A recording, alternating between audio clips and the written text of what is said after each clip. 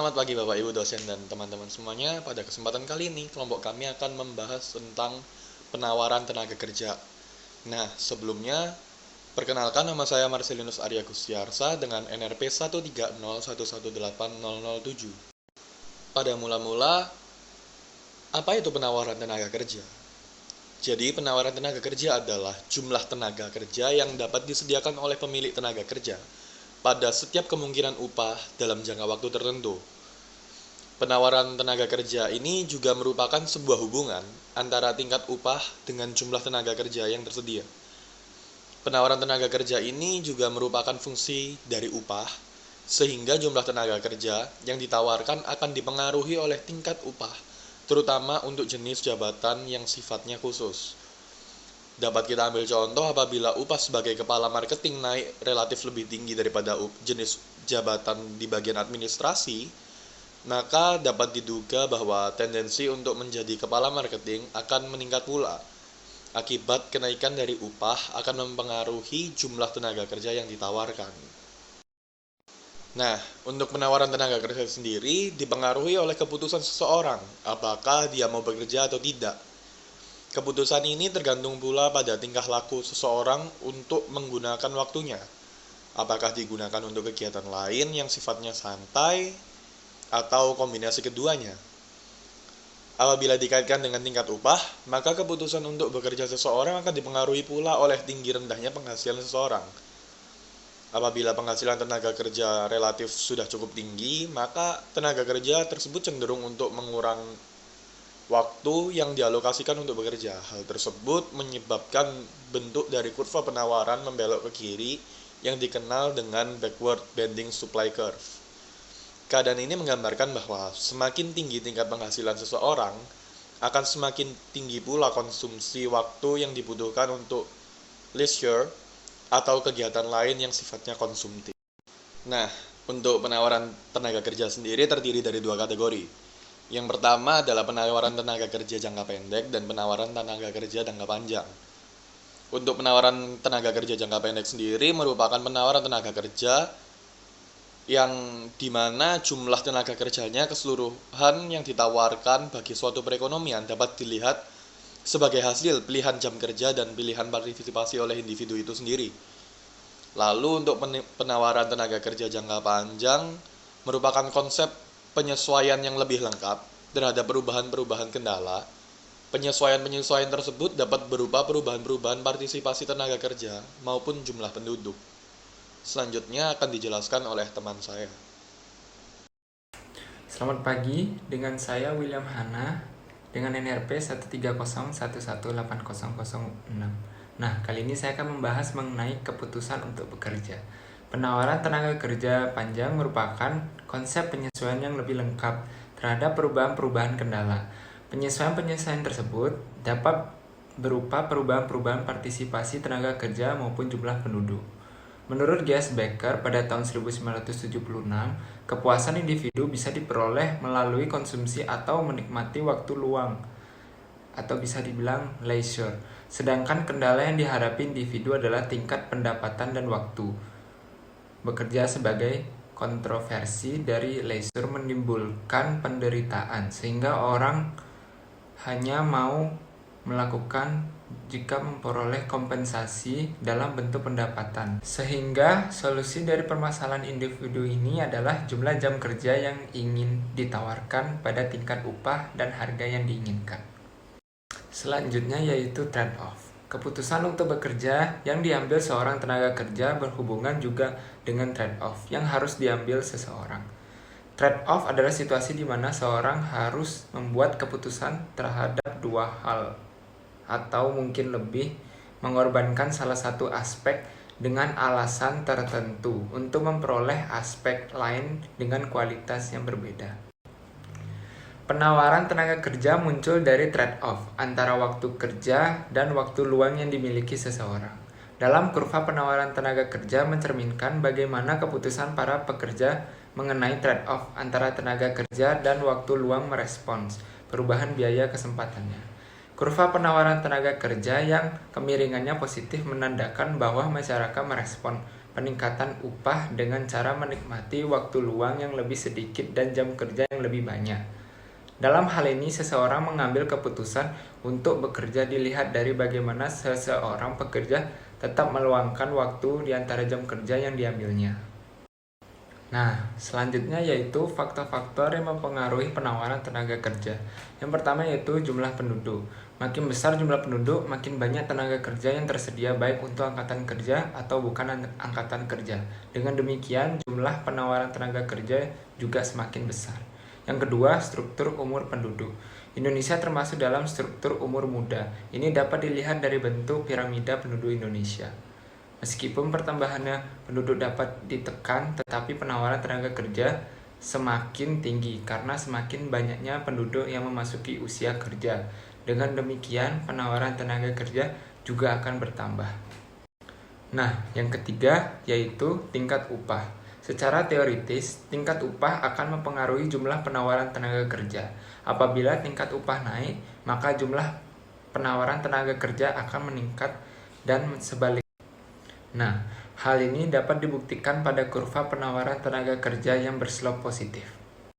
Saya Melisa dengan NRP 130119004. Selanjutnya produktivitas. Produktivitas merupakan suatu konsep yang menunjukkan adanya kaitan antara output dan jam kerja yang dibutuhkan untuk menghasilkan produk dari seseorang tenaga kerja yang tersedia. Secara umum, produktivitas tenaga kerja merupakan fungsi daripada pendidikan, teknologi, dan keterampilan. Semakin tinggi pendidikan atau keterampilan tenaga kerja, maka semakin meningkat produktivitas tenaga kerja. Kebijaksanaan pemerintah dalam menelaah penawaran tenaga kerja, maka memasukkan kebijaksanaan pemerintah ke dalamnya adalah hal yang sangat relevan. Misalnya, kebijaksanaan pemerintah dalam hal belajar 9 tahun akan mengurangi jumlah tenaga kerja dan akan ada batas umur kerja yang menjadi lebih tinggi. Dengan demikian terjadi pengurangan jumlah tenaga kerja. Keadaan perekonomian. Keadaan perekonomian dapat mendesak seseorang untuk bekerja memenuhi kebutuhannya. Misalnya, dalam satu keluarga harus bekerja semua apabila pendapatan suami tidak mencukupi kebutuhan keluarga. Atau seorang mahasiswa yang tamat tidak mau bekerja karena perekonomian orang tua yang memadai. Selanjutnya, proses upah minimum. Disadari atau tidak, tingkat kepuasan atau tingkat ketidakpuasan masing-masing pekerja atau suatu pekerjaan tidaklah sama. Maka bisa dipahami terjadinya kemungkinan perbedaan tingkat upah yang mencerminkan adanya perbedaan selera atau preferensi terhadap setiap jenis pekerjaan. Kemungkinan perbedaan tingkat upah yang mencerminkan adanya perbedaan selera atau preferensi terhadap setiap jenis pekerjaan. Inilah yang sering disebut dengan sebagai teori penyamaan tingkat upah atau Theory of Equalizing Wage Difference. Selanjutnya, pada gambar di samping ini kita asumsikan di sini hanya ada dua jenis pekerjaan. Rasio atau perbandingan tingkat upah di kedua jenis pekerjaan ini yaitu W1 atau W2. Kita ukur lewat sumbu vertikal, sedangkan sumbu horizontal mengukur rasio employment atau perbandingan penyerapan tenaga kerja oleh kedua jenis pekerjaan tersebut. Kurva atau garis permintaan tenaga kerja mengarah ke bawah, yang berarti semakin ke bawah tingkat upah, akan semakin banyak pekerja yang diserap oleh suatu perusahaan. Kurva penawaran sebaliknya mengarah ke atas, yang berarti semakin banyak perusahaan membutuhkan tenaga kerja, akan semakin besar tingkat upah yang harus dibayar. Bentuk kurva penawaran itu mengarah ke atas juga dikarenakan adanya perbedaan preferensi di kalangan pekerja atau dua macam pekerjaan yang tersedia. Jika mereka tidak memiliki preferensi sama sekali, maka bentuk kurva penawarannya lurus mendatar. Semakin curam atau semakin besar sudut kurva penawaran itu terhadap garis mendatar, maka semakin besar kecenderungan para pekerja untuk memilih salah satu pekerjaan daripada yang lain. Jadi selanjutnya saya akan menjelaskan tentang apakah itu upah minimum. Upah minimum merupakan sebuah kontroversi. Bagi yang mendukung kebijakan tersebut, mengemukakan bahwa upah minimum diperlukan untuk memenuhi kebutuhan pekerja agar pekerja dapat sampai pada tahap living wage, di mana orang yang bekerja mendapatkan pendapatan yang layak untuk hidupnya. Upah minimum dapat mencegah pekerja dalam pasar monopsoni dan eksploitasi tenaga kerja, terutama untuk pekerja yang low skill. Pemberlakuan upah minimum juga bisa menjadi tidak efektif kalau tertumpu pada asumsi umum bahwa seluruh pekerja merupakan homogen dan tingkat upah minimum berlaku bagi segenap pekerja. Dalam pekerjaan-pekerjaan tertentu itu tentu tidak homogen, melainkan bermacam-macam, dan tingkat minimum upah biasanya hanya diperuntukkan untuk kelompok pekerja tertentu dalam kadar yang bervariasi pula. Jadi, di sini tak akan terlihat pengaruh pemberlakuan upah minimum terhadap total employment, melainkan hanya kepada kelompok-kelompok tertentu yang mendapat perlindungan hukum upah minimum, atau kelompok-kelompok yang benar-benar menerima pengaruh dari hukum tersebut.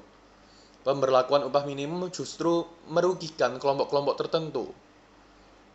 Peraturan upah minimum membatasi peluang kerja bagi mereka yang tidak mempunyai keahlian. Pihak perusahaan ternyata kemudian menaikkan keahlian atau keterampilan dan semakin padat modal.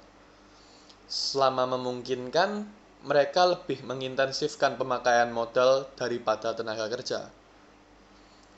Di samping adanya peraturan upah minimum, justru terkadang membatalkan niat perusahaan merekrut pekerja non-ahli dan membekalinya dengan pelatihan kerja atau keterampilan khusus. Kurva penawaran tenaga kerja. Kurva penawaran tenaga kerja menunjukkan jumlah jam kerja dari pekerja pada berbagai tingkat upah. Pada tingkat upah di atas reservasi, kurva penawaran tenaga kerja memiliki slope positif sampai pada titik tertentu. Keadaan selanjutnya akan berubah jika kesejahteraan sudah membaik atau mempunyai suatu keahlian yang lebih dan jumlah jam kerja yang ditawarkan semakin berkurang pada saat upah meningkat, yang mengakibatkan slope kurva penawaran tenaga kerja menjadi negatif, sehingga kurva penawaran tenaga kerja melengkung ke belakang atau backward bending labor supply curve. Kurva penawaran tenaga kerja. Gambar di samping ini menjelaskan asal penawaran tenaga kerja oleh tenaga kerja, di mana kurva penawaran tenaga kerja merupakan kurva hubungan antara upah dan jam kerja. Pada tingkat upah sebesar $10, tidak ada pekerja yang menawarkan untuk bekerja. Mereka lebih memilih menikmati waktu luang dengan nilai 110 hours of leisure. Pada tingkat upah lebih dari $13, tenaga kerja mulai masuk ke pasar tenaga kerja dengan memilih 20 jam kerja dengan tingkat menikmati waktu luang turun menjadi 90 jam waktu luang. Pada tingkat upah $20, tenaga kerja bekerja selama 40 jam kerja dengan menikmati waktu luang sebesar 70 jam waktu luang. Tingkat upah $20 merupakan tingkat paling banyak tenaga kerja menghabiskan waktu mereka untuk bekerja dan sedikit untuk menikmati waktu luang mereka. Pada tingkat upah $25, tenaga kerja bekerja selama 30 jam kerja dengan waktu luang yang dapat dinikmati oleh sebesar 80 jam waktu luang. Pada tingkat upah $25, jam yang harus dikorbankan seseorang untuk bekerja lebih sedikit dibandingkan dengan tingkat upah $20. Hal tersebut menggambarkan jika kurva penawaran tenaga kerja pada segmen miring ke atas menyeratkan bahwa efek substitusi pada awalnya lebih kuat, sedangkan segmen backward bending menyeratkan bahwa efek pendapatan pada akhirnya mendominasi. Nah, selanjutnya saya akan membahas mengenai tenaga kerja di Indonesia. Jadi kalian bisa melihat bahwa ada dua tabel tersebut di bagian kiri dan kanan. Nah, di bagian kiri tersebut yaitu tabel pertama yang menunjukkan penduduk yang bekerja menurut lapangan pekerjaan utama dan jenis kelamin tahun 2006. Sedangkan yang di tabel kedua yang di kanan yaitu rata-rata upah pekerja selama sebulan tahun 2005 menurut pendidikan dan kota desa. Nah, selanjutnya adalah penjelasan pada tabel sebelumnya, yaitu tabel tenaga kerja di Indonesia. Masalah ketenaga kerjaan di Indonesia bersifat multidimensi, sehingga juga memerlukan cara pemecahan yang multidimensi pula. Tidak ada jalan pintas dan sederhana untuk mengatasinya.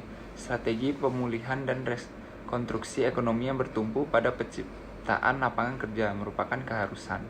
Dalam kaitan ini, masih sangat relevan untuk diperhatikan secara serius dua elemen strategi yang pernah diajukan oleh misi ILO, yaitu yang pertama, strategi dan kebijakan yang membuat proses pertumbuhan ekonomi menjadi lebih memperhatikan aspek ketenaga kerjaan, dan yang kedua, tindakan yang dibutuhkan untuk menciptakan lapangan kerja tambahan melalui program-program penciptaan lapangan kerja secara langsung.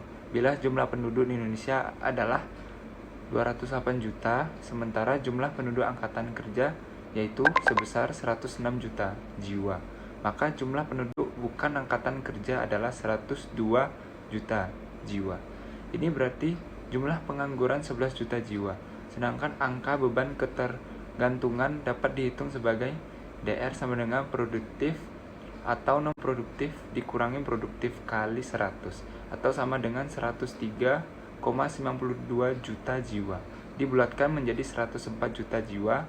Ini berarti setiap 100 penduduk usia produktif menanggung 104 penduduk usia non produktif. Nama saya Janeti Safira, NRP 130116902. Saya akan menjelaskan tentang penyebab kurva penawaran tenaga kerja bergeser. Yang pertama, perubahan selera. Pada tahun 1950, hanya 34% wanita yang mencari pekerjaan. Angkatan ini meningkat menjadi 60% pada tahun 2000. Salah satu faktor yang mempengaruhi adalah perubahan selera atau sikap terhadap pekerjaan.